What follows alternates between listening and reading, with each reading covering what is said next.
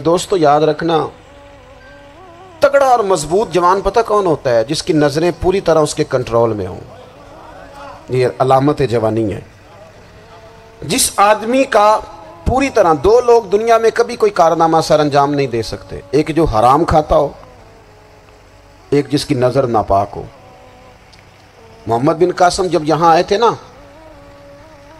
تو ایک دن بڑے پریشان تھے، تو ایک بزرگ کہنے لگے آپ کیوں پریشان ہیں؟ کہنے لگے راجہ دہر سے مقابلہ ہے اور ہماری فوج تو سندھ کے رستے بھی نہیں جانتی، زبان بھی نہیں جانتی، لڑیں گے کیسے؟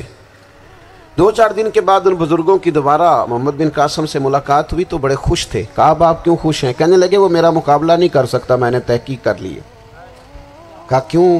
کہنے لگے نظر کا گندہ ہے، اور جو نظر کے گندے ہوتے ہیں وہ میدانوں میں ٹھہرا نہیں کرتے. میدان کے لیے نکلنے کے لیے پاک جوانی کی ضرورت ہوتی، تطہیر مزاج ہونا ضروری ہوتا ہے، پاکیزہ افکار اور سچی اور سچی ستھری سوچوں کا ہونا ضروری ہوتا ہے. اس لیے فرمایا کہ میرا مقابلہ نہیں کر سکتا. حضرت عبداللہ ابن حذافہ کمرے میں تھے تو وزیر کی بیٹی اندر سجی سنوری پہنچ گئی. جیسے ہی آپ نے اس کفر کی چال کو دیکھا تو تیمم کر کے نفل شروع کیے. وہ ساری رات بیٹھی رہی، رب کا بندہ ساری رات عبادت کرتا رہا. عبادت بڑا سہارا ہے، مصلی بڑا سہارا ہے اللہ کے بندوں.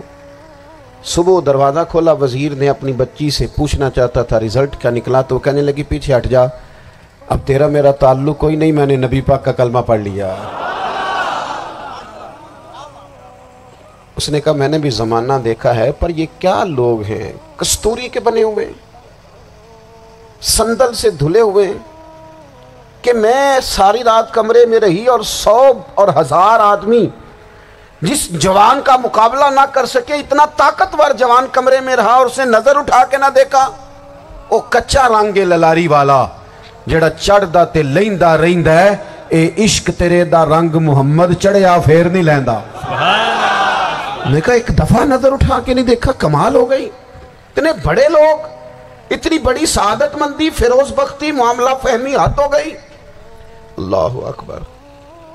دوستو بادشاہ جب پوری طرح ہار گیا نا، اس نے کہا مار دو.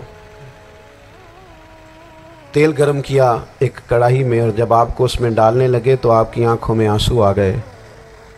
بادشاہ کا خیال ہوا شاید نرم ہو گئے ہیں. کہنے لگا روئے کیوں؟ فرمانے لگے سوچتا ہوں جان ہی ایک ہے، کتنا مزہ ہے اس کی راہ میں جان دینے کا، کتنی لذت ہے اس کے نام پر مرنے میں، کتنا لطف ہے. جے تو چڑھیا اتے دار بھی نہیں، تے جے تو وکیا عشق بازار بھی نہیں، تے ایڈا سستا سودا پیار بھی نہیں، تے ایڈا سستا لبدا یار بھی نہیں. کئی جنگل گانے پیندے نہیں، کئی دوزخ لنگنے پیندے نہیں، جے وہ اس ملوں بھی مل جاوے ایدوں سستا ہور بپار بھی نہیں. تے کچھ سمجھ نہ آوے لوکانوں وہ کادے نال شہید کرے، ڈٹھی یار دے ہاتھ تلوار بھی نہیں، پر او دا خالی جاندہ وار بھی نہیں. کہنے لگے ایک جان ہے نا، تو دل کرتا ہے ہزاروں ہوتی تو ایک ایک کر کے محبوب کے نام پہ قربان کرتا. جب میرے پاس ہے ہی ایک، کروں کیا؟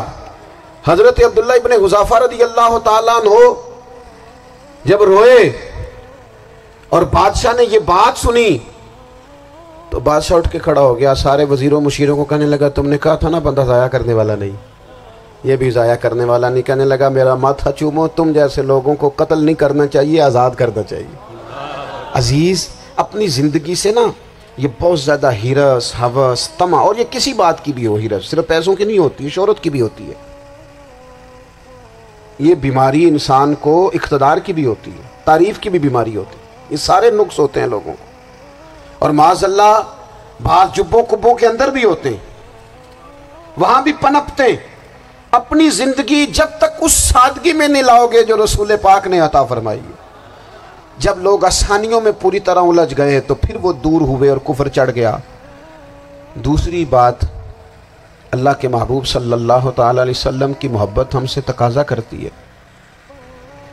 کہ ہم اس مشن کے لیے کام کریں جس مشن کے لیے رسول پاک نے کام فرمایا ہے. ہم سارے کام بڑے مضبوطی سے، سوچ سمجھ کے، تدبر سے، حکمت سے، تقاضوں کو مد نظر رکھتے ہوئے کرتے ہیں سارے کام. دین کے کام میں ہمارا مزاج نہیں ہوتا. او ہو جائے گا جی، آپ بسم اللہ پڑھیں جی، شروع کریں جی.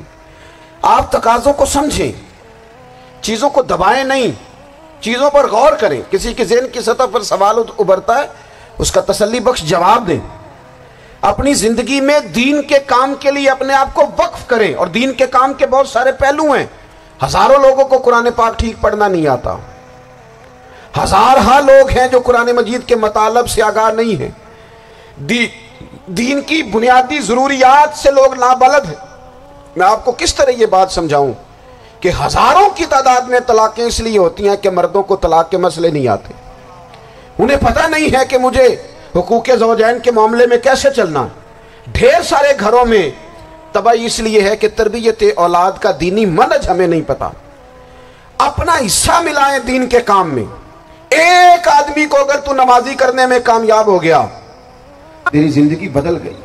وہ دین بیزار لوگ جو ہمارے بیچ بیٹھ کے ہماری نوجوان نسل کو پگڑی اور داڑھی کا نام لے کے بنیادی طور پر دین سے دور کرتے ہیں، ایسے نوجوانوں کو دین کا پیغام محبت دے کر دین کے قریب کرنا ہماری ڈیوٹیوں کا حصہ ہے. ہمیں ذمہ داری کا احساس کرنا پڑے گا. ہمیں یہ خاص قدم اٹھانا پڑے گا، توجہ دینی پڑے گی. مساجد، مدارس، میں آپ سے عرض کروں، اتنی ڈٹ کے مخالفت ہوتی ہے نا مدرسوں کی، اتنی ڈٹ کے. میں ادارہ چلاتا ہوں، اس کے چلانے میں جو مشکلات ہیں وہ تو ہم بتا نہیں سکتے آپ کو، اس لیے کہ میری قوم، میرا اس قوم سے تعلق ہے جو نعت خواں امیر کرنا چاہتی ہے، مدرسے نہیں. ہاں، نقیب خطیب پیدا کرنا چاہتی ہے، شعر و شاعری کی زندگی کو پروان چڑھانا چاہتی ہے. فقط ہمارا ان لوگوں سے تعلق ہے جو لاکھوں کروڑوں روپیہ محافل پہ لگائیں گے. اور قاری صاحب بیچارے اگر مسجد کا کوئی ہونے والا کام کسی وقت بتا دیں گے تو وہ بڑی مشکل آ جائے گی ان کے لیے. یہ کیسے ہو سکتا ہے، آپ نے یہ ڈیوٹی بتا دی. مدارس، اور جتنا اہم رول دین کو پھیلانے میں مدارس اسلامیہ کا ہے، اتنی زبردست. لوگوں کا خیال ہوتا ہے میری طرح کے لوگ شاید کام کرتے ہیں، ڈیوٹی کرتے ہیں.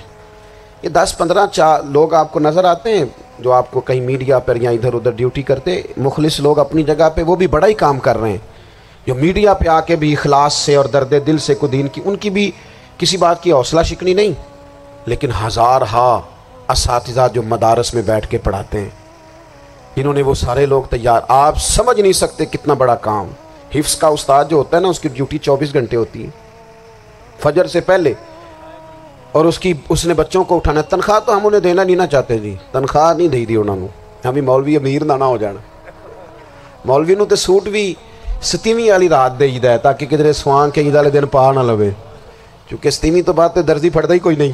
کیوں حضرت ایسا ہی ہے نا، اس وقت تو نہیں نہ لیتا. تو ہم چاہتے ہیں مولوی ہماری مرضی کے ہماری طرح کا سوٹ نہ پہن لے. مدارس کی مضبوطی آپ یہ دیکھ لیں، یہ صلاح الدین ایوبی کا تعلق بھلا کس چیز سے تھا؟